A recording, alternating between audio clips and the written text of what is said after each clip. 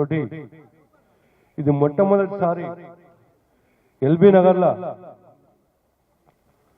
నగర్లో మేము చేస్తామని చెప్పి మా మిత్రుడు రఘురామ్ నేత, పిడికిల రాజు గారు, తర్వాత వేములయ్య, కేవీ గౌడ్ గారు, పుష్పాచారి వీళ్ళందరూ నా దగ్గరకు వచ్చినప్పుడు సరే ఈ ప్రాంతానికి కొత్తగా ఉండొచ్చు, కానీ పిడికిల రాజు చాలా కాలం నుంచి పత్రికలో పనిచేస్తున్నాడు. ఈ బొమ్మ అయితే మా ఇంటి పక్కన ఉంటాడు, వేములయ్య ఇక్కడ లోకల్ కాబట్టి కొంచెం సందిగ్ధం ఉండే. అయితే నా తర్వాత అమ్మ ఈశ్వరమ్మ దగ్గర పోయారు. సరే మేమంతా లోకల్ కాబట్టి కొంత అట్లేమి ఇబ్బంది పడద్దు, ముందుకు పోదామనే ఉద్దేశం స్టార్ట్ చేయడం జరిగింది. క్రమేపీ కొన్ని ఇబ్బందులున్నా ఏం ఇబ్బంది పడదు, మేము ఉన్నామని చెప్పి భరోసా ఇచ్చిన తర్వాత ఇలా విజయవంతమైన కార్యక్రమం చేపట్టినందుకు వీళ్ళందరినీ కూడా మనస్ఫూర్తిగా పేరు పేరున అభినందనలు, శుభాభినందనలు. ఈ కార్యక్రమానికి అతిథులుగా విచ్చేసినటువంటి మిత్రులు జాజుల శ్రీనివాస్ గౌడ్ గారు, దాని తర్వాత బాలరాజు గౌడ్ గారు, బుజ్జ సత్యం గారు, అమ్మ ఈశ్వరమ్మ గారు, మిగతా సంధ్యారాణి గారు, బీసీ నాయకులు బోరిగంటి వెంకటేష్ గారు, దాని తర్వాత రవీందర్ గారు, అందరూ పేరు పేరున అందరికీ వందనం, శుభాభివందనం. మిత్రులా మీ అందరూ రండి, ఫోటోలు తర్వాత కూడా పోయి ఫోటోలు తర్వాత కూడా ఏముందా, మనం కలుస్తూ ఉంటాం, రోజు కలుస్తూ ఉంటాం కదా. ఒక ముఖ్యమైన ఉద్దేశంతో ఇచ్చినప్పుడు ఆ ఉద్దేశం వినాలి ఏందని. ఆర్గనైజర్ ఎవరు చెప్పురా కొంచెం మంచిగా కుర్చీలో దొరలేక కూర్చోమంటే వాచ్మెన్ లెక్క నిలబడతారా, నాకు అర్థం కాదు. కృష్ణమోహన్ గారు రండి, వేదిక స్వాగతం సుస్వాగతం. రామ్మోహన్ మంచిగా రాజులా కూర్చోవాలి. ఇంకా మేము ఇంకా చెప్పరాజు కేసీఆర్ సీఎం అవుతాడు, మేము వాళ్ళు చెప్పరాజు లేకుంటే ప్లీజ్ దయచేసి అందరూ కూర్చోండి. అయితే ఈ సభను ఉద్దేశించి ఒక 2 అంశాలపైనే మాట్లాడాల్సుకున్నా. రాబోయే రోజులలో 28, 29 ఎన్నికలలో బీసీ సీఎం కావాలి. ఎట్లయితే ఈ బీసీ సీఎం కావాలంటే ఎట్లయితే రెండు అంశాలు ఉంటాయి. బీసీల దగ్గర 1000 కోట్లు, 10,000 కోట్లు, 1,00,000 కోట్లు ఉన్నాడు వాళ్ళు లేడు. ఇలా రాజకీయ వ్యవస్థ మొత్తం కూడా డబ్బులు లేకపోతే నడిచే ప్రసక్తే లేదు.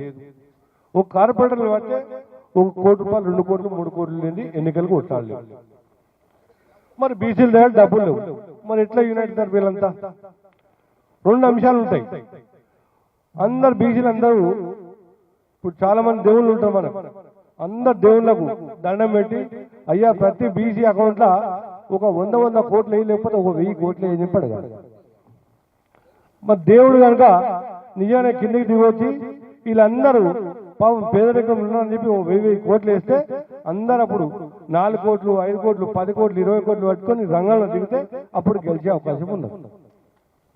లేకపోతే ఇప్పుడు మనకు ఎవరితో పోరాటం చేస్తున్నామో, ఎవరి మీద అయితే పోరాటం చేయాలనుకుంటున్నామో వాళ్ళతోటి మనం డబ్బు రూపాయల కొట్లాడగలిగే సత్తా మనకు ఉందా లేదా?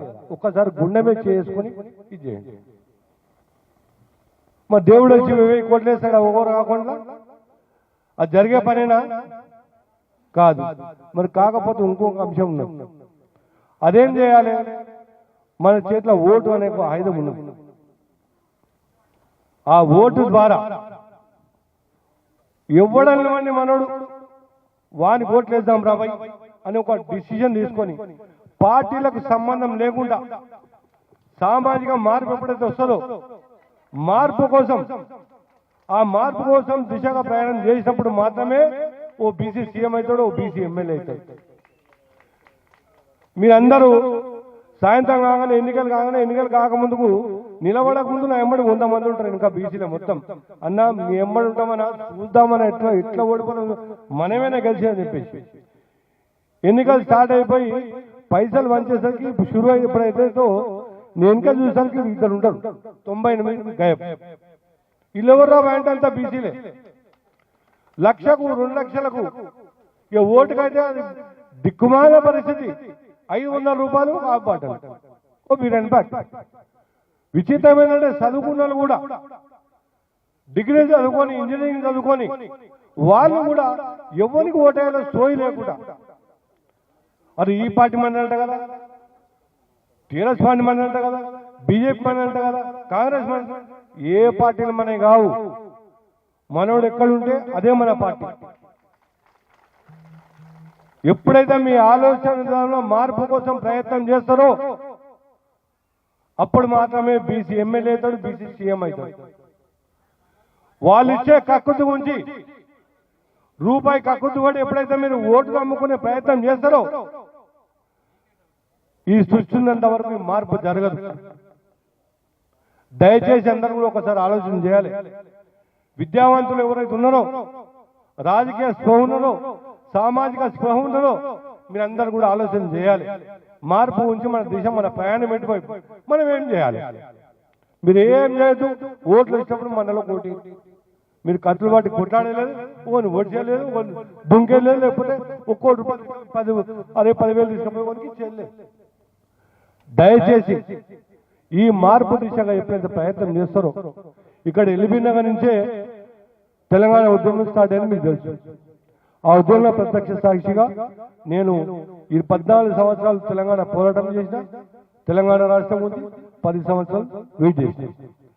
అయితే ఈ ఎల్బియా గడ్డకు ఒక చరిత్ర ఉన్నది. శ్రీకాంతాచారి గారు ఇక్కడి నుంచే ఒక బీసీ బిడ్డ చనిపోతే తెలంగాణ ఉద్యమం విభక్తి లేచింది. అట్లా దీని కూడా ఇదే తొలిమెట్టు కావడం అనుకుంటున్నాను. ఈ బీసీ జనులందరినీ కూడా ఓ తొలిమెట్టు కావడము. ఇదంతా శ్రీకాంతాచారి చనిపోయిండు. కానీ నేనేమన్నా ఎవరు చనిపోతూ తెలివితోటి మనం ఎప్పుడైతే ఆలోచన చేస్తామో అప్పుడు మాత్రమే విజయం సాధిస్తాం. మీరు ఇక్కడ వచ్చిన అందరూ కూడా ఒక వ్యక్తిగా అనుకోని, నేను ఓ శక్తిగా అనుకుంటా. ఓ శక్తి లాంటి మనుషులు ఉన్నారు. 10 మందిని నిర్ణయం చేసే కెపాసిటీ ఉన్నారు, 100 మందిని చేస్తున్నారు, 1000 మంది చేస్తున్నారు, 1,00,000 మంది చేస్తున్నారు ఉన్నారు. ఇలా బీసీ సంఘాలు చాలా సంఘాలు ఇలా పోరాటం చేసి 42% రిజర్వేషన్ గురించి చాలా ప్రయత్నం చేస్తున్నాం. అది ఎట్లా కావాలి, ఎట్లా సంగతి ఉంది, అది వేరే అంశం.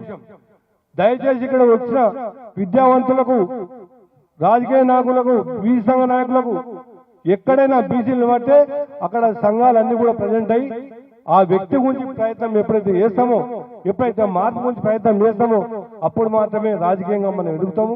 మన ఎమ్మెల్యే అవుతాడు, మన ఎంపీ అవుతాడు. రేపు ఎప్పుడైనా ఎంత విచిత్రం అంటే 65% ఉన్న బీసీలు ఇస్తే ఎవరు తీసుకోవాలి, ఎవడిస్తే ఓటు తీసుకుంటున్నాడు. 2%, 3% ఉన్నోళ్ళు ఇస్తే మనం సార్ నాకు కార్పొరేటర్ టికెట్ కావాలి, నాకు ఎమ్మెల్యే టికెట్ కావాలి, నాకు ఎంపీ టికెట్ మనం చేయి అంటాం. ఎవరు ఇయ్యాలో ఎవరు తీసుకోవాలి, మనం ఇయ్యాలో వాళ్ళు తీసుకోవాలి. మన బలం ఎంత, వాళ్ళ బలం ఎంత.